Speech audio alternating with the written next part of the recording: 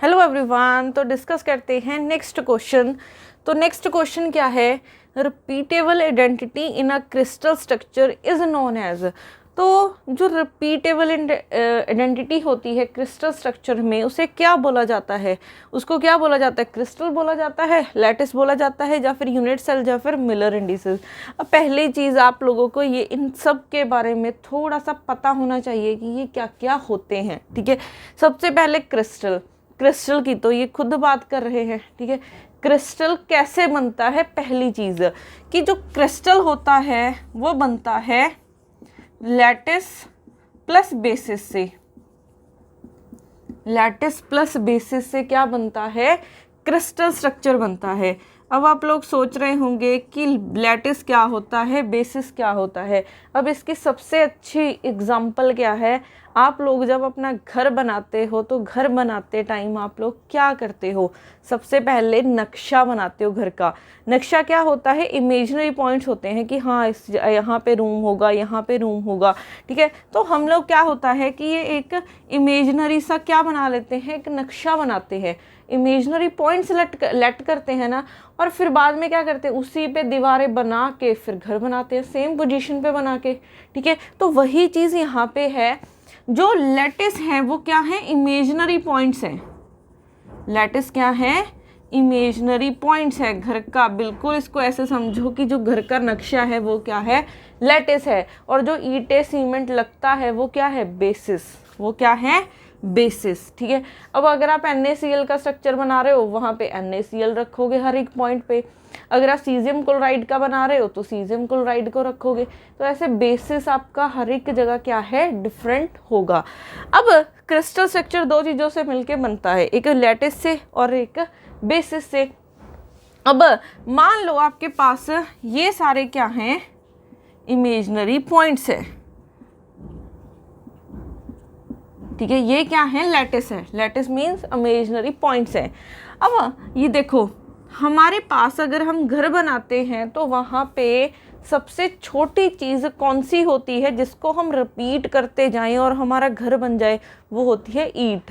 ठीक है, वो होती है ईंट, जिसको आप रिपीट करते जाओ 3D में। ठीक है, वो ईंट को आप 3D में इस तरफ दीवार बनाओ, इस तरफ, इस तरफ, तो सब जगह रिपीट करते जाओगे तो आपका क्रिस्टल बन जाता है ना। तो वो ईंट क्या है? वो स्मॉलेस्ट पोर्शन है, स्मॉलेस्ट यूनिट है, जिसको आप रिपीट कर दो अगर 3D में तो वो क्या बना लेगा? क्रिस्टल बना लेगा। तो स्मॉलेस्ट यूनिट को क्या बोला जाता है? उस स्मॉलेस्ट यूनिट को बोला जाता है यूनिट सेल। ठीक है, उस स्मॉलेस्ट यूनिट को बोला जाता है यूनिट सेल। तो देखो यहाँ पे इसको मैं अगर यूनिट सेल बोलूँ, मैं इसको रिपीट कर दूँ इस तरफ, इसी को मैं रिपीट करती जाऊँ, मेरे पास एक ऐसा क्रिस्टल बन सकता है। ठीक है, तो आपको एक नई चीज़ पता चली कि यूनिट सेल क्या होता है। यूनिट सेल क्या होता है? वो एक छोटे सी यूनिट, स्मॉलेस्ट यूनिट होती है, जिसको आप अगर रिपीट करते जाओगे 3D में, ठीक है, 2D में, 1D में, तो आपका क्रिस्टल बना के देगा। तो वही पूछा था कि रिपीट कौन होती है, कौन सी आइडेंटिटी जो रिपीट हो के क्रिस्टल स्ट्रक्चर बना देती है, वो कौन बनाता है? यूनिट सेल बनाता है। तो इसका आंसर क्या हो जाता है? Unit cell. अब देखो, क्रिस्टल पता चल गया कि कैसे बनता है। लैटिस क्या होते हैं? Imaginary points. यूनिट सेल क्या है? स्मॉलेस्ट यूनिट है, जिसको रिपीट करते जाओगे पूरा क्रिस्टल बन जाएगा। मिलर इंडिसेस क्या है? मिलर इंडिसेस क्या है? मिलर इंडिसेस क्या है? इसको भी समझने का मेथड है। ठीक है, अब मिलर इंडिसेस क्या है उसको समझते हैं। मान लो आप लोगों ने मेरे को डिस्क्राइब करना है। ठीक है, मान लो आप लोगों ने मेरे को डिस्क्राइब करना है कि मैं किस पोजीशन पे खड़ी हूँ। ठीक है, तो आप लोग क्या करोगे? मेरे ऊपर एक कोऑर्डिनेट सिस्टम बना लोगे। मेरे ऊपर कोऑर्डिनेट सिस्टम बनाया, कोऑर्डिनेट सिस्टम बना के मीन्स ऐसे बना लिया, कोऑर्डिनेट सिस्टम है, यहाँ पे खड़ी हूँ। ठीक है, कोऑर्डिनेट सिस्टम बनाया, आप लोगों ने बोला कि मैं इतने x में खड़ी हूँ, इतने y में खड़ी हूँ, इतने z में खड़ी हूँ, बता दी मेरी पोजीशन। मेरे ऊपर कोऑर्डिनेट सिस्टम बना के आप लोगों ने बता दिया कि मैं इतने x में हूँ, इतने y में हूँ, इतने z में हूँ। आप लोगों ने बता दिया x y z, मीन्स वो 3 नंबर की ज़रूरत पड़ी आपको मेरी पोजीशन बताने के लिए। ठीक है, 3 नंबर्स की ज़रूरत पड़ी मेरी पोजीशन बताने के लिए।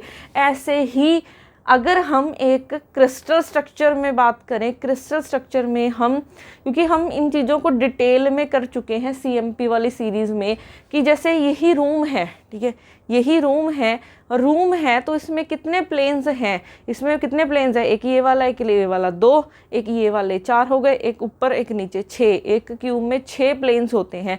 तो अगर आपने प्लेन को डिस्क्राइब करना है, किसी भी प्लेन को डिस्क्राइब करना है कि वो कहाँ पे है, उसकी क्या पोजीशन है, उसके लिए मुझे 3 नंबर्स की ज़रूरत पड़ी। वो 3 नंबर्स कौन से थे, HKL, तो इसको क्या बोलते हैं, मिलर इंडिसेस। तो अगर आप लोगों से पूछा जाए कि मिलर इंडिसेस क्या होते हैं, तो मिलर इंडिसेस क्या होते हैं, वो 3 नंबर्स हैं किसी भी प्लेन की ओरिएंटेशन को बताने के लिए, ठीक है, किसी भी प्लेन की ओरिएंटेशन को बताने के लिए मुझे 3 नंबर्स की ज़रूरत पड़ी। उस 3 नंबर्स को हम क्या बोलते हैं, मिलर इंडिसेस। तो ऐसे देखो हमने थोड़ा थोड़ा करके सारे ही यूनिट्स को समझा है कि क्या क्या होते हैं, ठीक है। तो इसका जो आंसर है वो क्या था, सी। और मिलर इंडिसेस भी आपको पता होना चाहिए कि क्या होता है, ठीक है।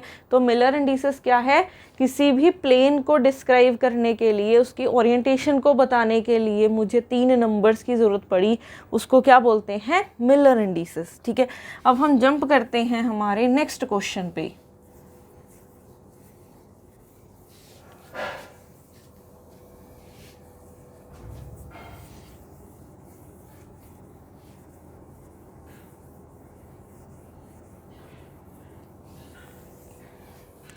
नेक्स्ट क्वेश्चन नंबर 7 क्या है, the Zeeman effect could not be proved by, question number option A है quantum mechanics, Bohr model, Hamiltonian operator और एलएस कपलिंग।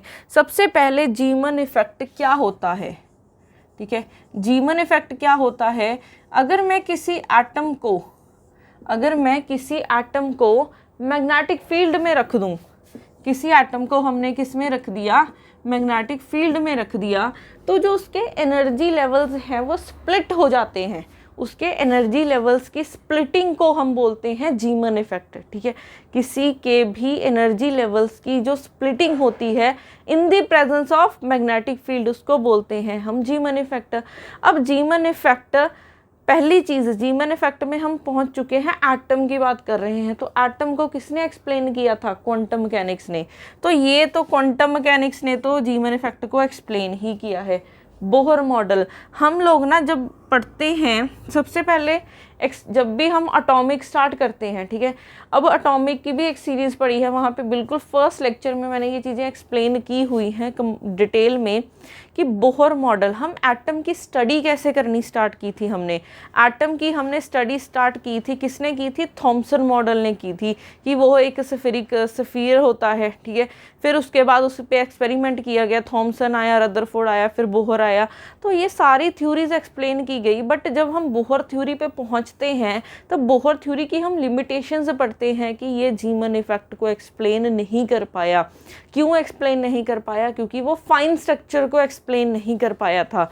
जो बोहर मॉडल था वो फाइन स्ट्रक्चर को एक्सप्लेन नहीं कर पाया था, वो नहीं बता पाया था कि इसकी स्प्लिटिंग किसकी वजह से होती है, ठीक है। तो जीमन effect could not be proved bye Bohr model. आप लोग ना इसको ऐसे भी समझ सकते हो, एक इनडायरेक्ट मेथड है। वो इनडायरेक्ट मेथड क्या है, जैसे मैंने आप लोगों को बताया कि जीमन इफेक्ट में हम बात कर रहे हैं एटम्स की, एटम्स के एनर्जी लेवल की स्प्लिटिंग की, तो एटम को तो एक्सप्लेन क्वांटम मैकेनिक्स ने ही किया है ना, तो फर्स्ट ऑप्शन तो नहीं हो सकता। उसके बाद एलएस कपलिंग, अब हम क्वांटम, जिसने तो जीमन इफेक्ट किया हुआ है उसमें पहले हम जे की ही स्प्लिटिंग करते हैं। अब जे क्या होता है, L minus S to L plus S होता है ना, तो इसमें एलएस कपलिंग तो होती है, तो ये भी ऑप्शन नहीं हो सकता, ठीक है। उसके बाद हैमिल्टोनियन ऑपरेटर, तो जब भी हम क्वांटम मैकेनिक्स की बात करते हैं तो वहाँ पे ऑपरेटर्स की ही बात करते हैं, तो ऑप्शन सी भी नहीं हो सकता। तो एक ही बचा है बोहर मॉडल। या फिर आप लोगों को डायरेक्ट ये पता होना चाहिए कि बोहर मॉडल की लिमिटेशन थी कि इसने फाइन स्ट्रक्चर को, जीमन इफेक्ट को एक्सप्लेन नहीं किया था। तो इसका ऑप्शन क्या हो जाएगा, बी करेक्ट हो जाएगा, ठीक है।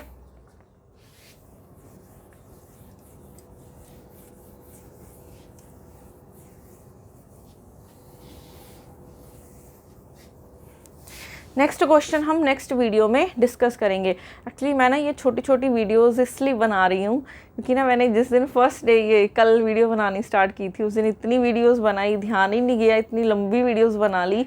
वो माइक का कुछ खराबी थी कि चला ही नहीं और किसी भी वीडियो में आवाज़ नहीं आई, तो इस वजह से दिक्कत ना आए, क्योंकि वही है कि अब तक वीडियोस पहुंचानी है प्रीवियस ईयर की, क्योंकि अभी आपका मेरिटोरियस का पेपर बहुत नज़दीक है, इसलिए छोटी छोटी वीडियोस बना रही हूँ, ठीक है। क्योंकि 5-10 मिनट की वीडियो तो दोबारा भी बन जाती है, बट 1-2 घंटे की वीडियो दोबारा नहीं बनती है। तो ऐसे आप लोगों को भी कोई मुश्किल नहीं आएगी कि छोटी छोटी वीडियोज़ हैं, आप लोग ईजिली देख सकते हो। बट छोटी छोटी वीडियोज़ बना के ही आपका सारे के सारे प्रीवियस ईयर के पेपर्स मैं डिस्कस कर दूँगी। मिलते हैं नेक्स्ट वीडियो में। Thank you so much.